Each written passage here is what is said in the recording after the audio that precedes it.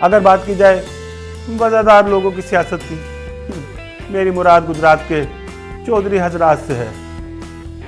اب جب ان صاحب کو وزیر اعلیٰ پنجاب کی آفر ہے تو یہ کیا اب وزیر اعظم کے عہدے کی طرف دیکھ رہے ہیں؟ میاں شہباز شریف صاحب کا اپنا بیان اسمبلی کے فلور پر آن ریکارڈ ہے۔ انہوں نے فرمایا تھا کہ انہیں فخر ہے کہ وہ ایک مزدور کی اولاد ہیں۔ جب ایک میٹنگ کے دوران یہ پوچھا گیا کہ یہ کون لڑکا ہے جو تھوڑی دیر بعد اندر آتا ہے، تو ان کا جواب بھی تاریخی تھا۔ انہوں نے فرمایا یہ میرا بیٹا فضل الرحمان ہے، یہ اسٹیبلشمنٹ کے لیے مخبری کرتا ہے۔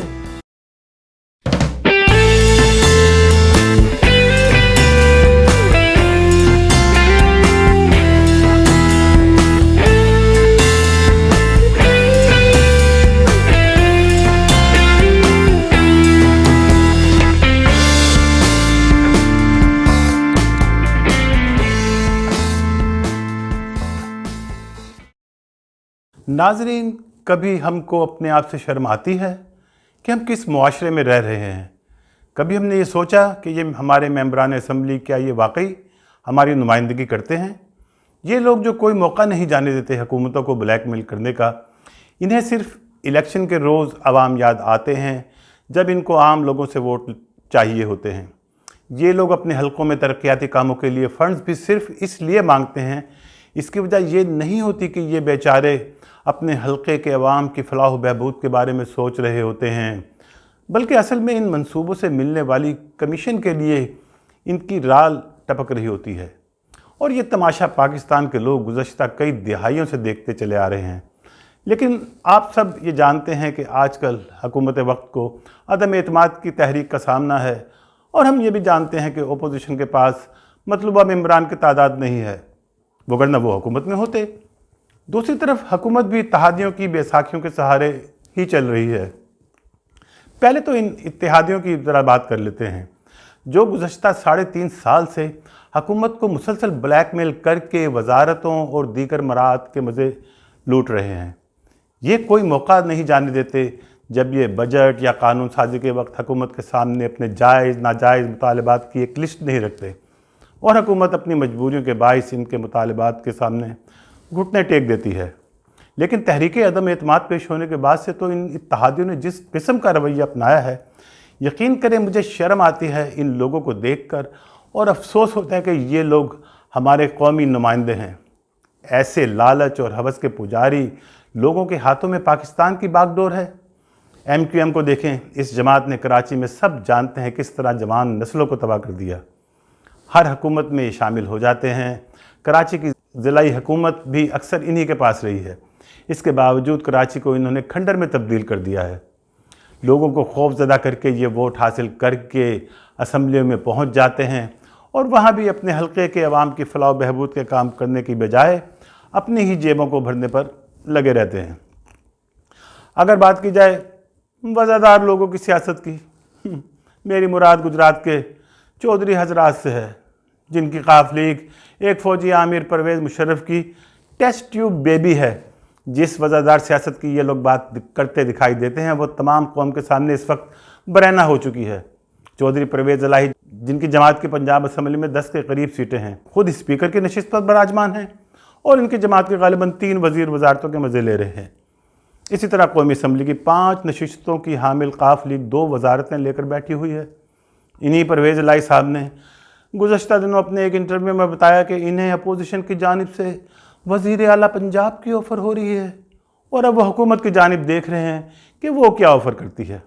اس وزادار سیاستدان کو شرم نہیں آئی ایسی بات کرتے ہوئے؟ اب جب ان صاحب کو وزیر اعلیٰ پنجاب کی آفر ہے تو یہ کیا اب وزیر اعظم کے عہدے کی طرف دیکھ رہے ہیں کہ ہماری 5 نشستیں ہیں قومی اسمبلی میں، اور اپوزیشن تو مجھے وزیر اعلیٰ پنجاب کی آفر دے چکی ہے، اب آپ مجھے وزیر اعظم بنا دیں، وگرنہ اتحادی تو 100% اپوزیشن کی جانب دیکھ ہی رہے ہیں۔ وہ ایک بڑے چودھری صاحب ہیں، چودھری شجاعت صاحب، خدا انہیں صحت دے، ان کی حالت دیکھ کر انسان کانوں کو ہاتھ لگاتا ہے، لیکن وہ ایسی حالت میں بجائے اپنے آخری وقت میں اللہ میاں سے کوئی سودا کریں، توبہ کے دروازے تو اللہ میاں نے ہر وقت کھول رکھے ہیں۔ یہ صاحب ایمبولینس میں اسلام آباد پہنچ کر کبھی آصف زرداری اور کبھی فضل الرحمان جیسے لوگوں کے ساتھ ڈیل کرتے دکھائی دیتے ہیں۔ اور دوسری طرف ضمیر کی آواز پر لبیک کہنے والے پی ٹی آئی کے اپنے اراکین ہیں، جن میں سے کچھ سندھ ہاؤس میں اس وقت آصف زرداری صاحب کے مہمان بنے ہوئے ہیں۔ میرے خدا ہمارے گناہ معاف فرما، یہ کس طرح کے لوگ ہم پر عذاب الہی کی طرح مسلط ہو گئے ہیں؟ یہ کون سے ضمیر اور اخلاقیات کی باتیں کر رہے ہیں؟ ان میں سے ایک صاحب راجہ ریاض کو میں سن رہا تھا، ان کا فرمانا تھا کہ میں حلفاً کہتا ہوں کہ ہم میں سے کسی نے 1 روپیہ نہیں لیا۔ مجھے اپنے ایک دوست یاد آ گئے، وہ بہت قسمیں کھایا کرتے تھے۔ جب بھی کوئی بات کھل جاتی اور ان کو یہ کہا جاتا کہ آپ نے تو اس بات کی قسم اٹھائی تھی، تو وہ کہتے تھے میں نے کہا تھا کہ میں قسم اٹھاتا ہوں کہ میں نے 1 پیسہ نہیں اٹھایا، اور وہ ٹھیک ہوتا تھا کیونکہ میں نے 1 پیسہ نہیں 100 کا نوٹ اٹھایا ہوتا تھا۔ قسم تو میں نے 1 پیسے کی اٹھائی تھی۔ ایسے ہی راجہ ریاض صاحب حلفاً روپے نہ لینے کی بات کر رہے ہیں، تو غالب امکان ہے کہ شاید انہیں ڈالرز، پاؤنڈ اسٹرلنگ یا یورو میں پیسے آفر کیے گئے ہوں۔ جیسے میاں شہباز شریف کا ہمیشہ یہ فرمانا رہا ہے کہ انہوں نے کبھی 1 دھیلے کی بھی کرپشن نہیں کی۔ اب دھیلے تو اس وقت ہوتے تھے جب شہباز شریف صاحب کے والد میاں شریف صاحب مزدور ہوا کرتے تھے۔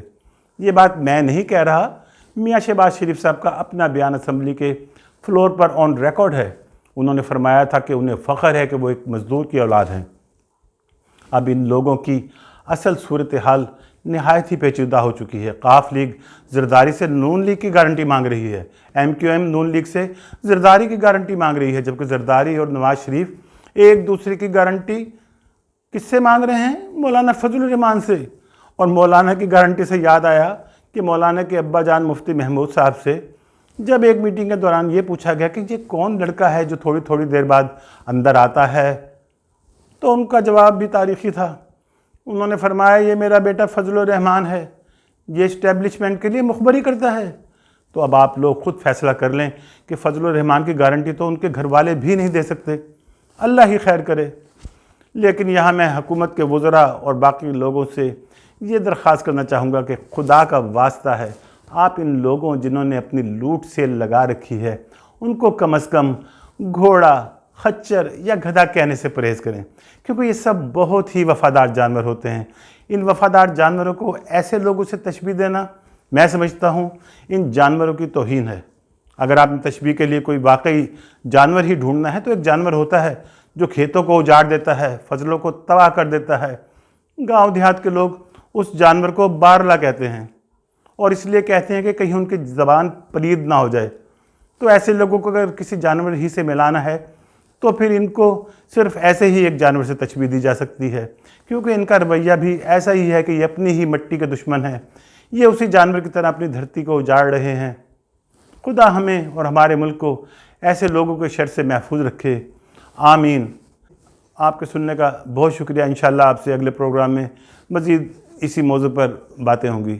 بہت شکریہ، خدا حافظ۔